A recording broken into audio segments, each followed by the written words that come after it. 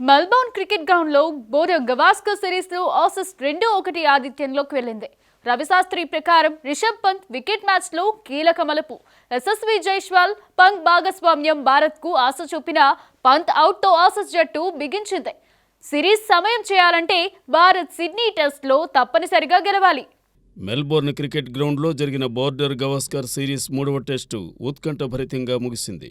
74,000 మంది ప్రేక్షకుల ముందు ఆసీస్ 184 పరుగుల తేడాతో భారత్పై విజయాన్ని అందుకుంది. రిషబ్ పంత్ వికెట్ టర్నింగ్ పాయింట్గా నిలిచిందని మాజీ కోచ్ రవిశాస్త్రి అభిప్రాయపడ్డారు. టీ తర్వాత పంత్ అవుట్ అయినప్పుడు ఆసీస్ జట్టు ముమ్మరంగా ఆడింది. గెలుపు దిశగా మెరుగైన ప్రదర్శన చేసింది.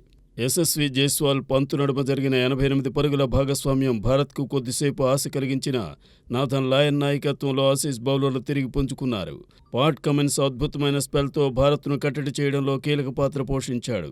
జైస్వాల్ విచిత్ర పరిస్థితుల్లో అవుట్ అవ్వడం కూడా భారత్ గెలుపు ఆశలను దెబ్బతీసింది. ఈ విజయంతో ఆసీస్ 2-1 ఆధిక్యంలోకి వెళ్లి సిరీస్ను గెలుచుకునే మార్గంలో నిలిచింది.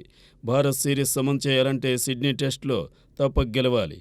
ప్రపంచ టెస్ట్ ఛాంపియన్షిప్ ఫైనల్ అవకాశాలను జీవించి ఉంచేందుకు శ్రీలంక సిరీస్ ఫలితాలపై కూడా ఆధారపడాల్సి ఉంది.